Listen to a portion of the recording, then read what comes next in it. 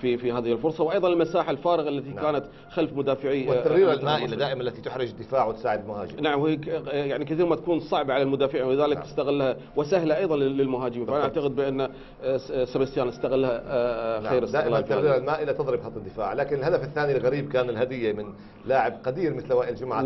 وكما قال زكريا ناصر أيضا الكوميونيكيشن أو التخاطب بين الحارس والمدافع كان غائبا، وكان الهدف الثاني لقطر في الدقيقة 44.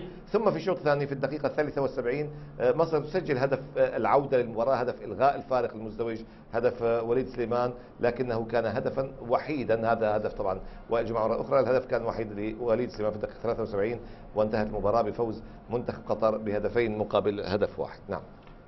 فنتحدث عن الشوط الثاني، بلا شك ان المنتخب القطري كان افضل رغم التغييرات الكثيره التي لا نحببها حقيقه من قبل ميتسو، ولكن نقول بان دائما نسعى او يعني نتمنى بان يسعى ميتسو الى الاستقرار، الى منح الثقه للفريق، خاصه بعد هذه المباراه. اعتقد هذه تجربه مفيده جدا لميتسو بان يقف على قدرات اللعيبه.